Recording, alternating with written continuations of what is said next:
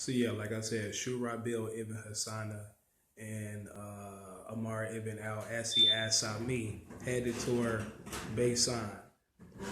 When they were on their way there, the guy Abu al-Awar, they had him split with a couple of other factions under other commanders, and they had him go to Tiberias.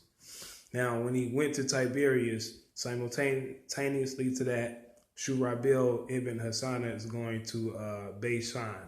Now, Tiberias and Baysan both ended up conquered. Now, I will pause right here real quick. This is why I think it's fucking weird. Now, this happened after Fihl, right? But starting at the beginning of the chapter, when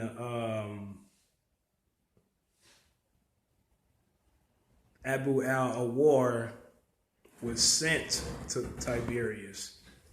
Now, I'm not really thinking that they really just explaining the same thing and then reiterating again as far as this part when Abu al-Awar split from Shurabil.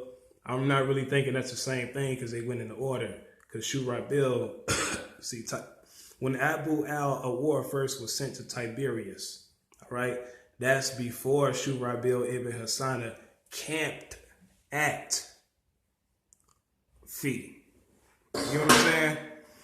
So when he went there the first time, how is it that he attacked soldiers there and then besieged it? And then these soldiers ran off and then ran back to Fihl.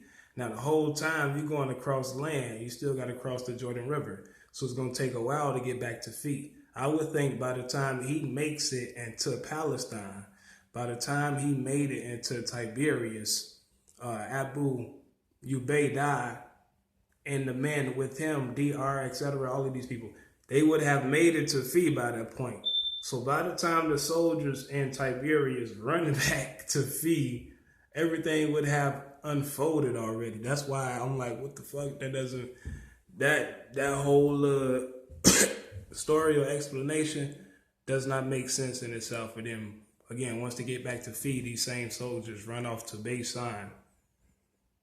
It's a difference there. Anyway, so they defeated the people of Tiberias. Now, according to this chapter, that was mainly due to Abu al-Awar. So I guess Shurabil ibn Hassana in that instance, or in this instance, will get the credit for it.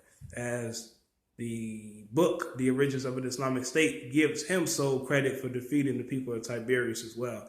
But he definitely is mentioned here as also conquering Baysan and basically giving them the same stipulation or peace agreement that everybody else in Shem during this time will receive for the most part in general. So then let me see. I think, let me make sure I'm not forgetting anything.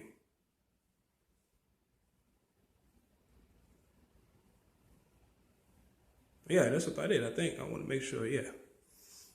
My mind just went blank right now.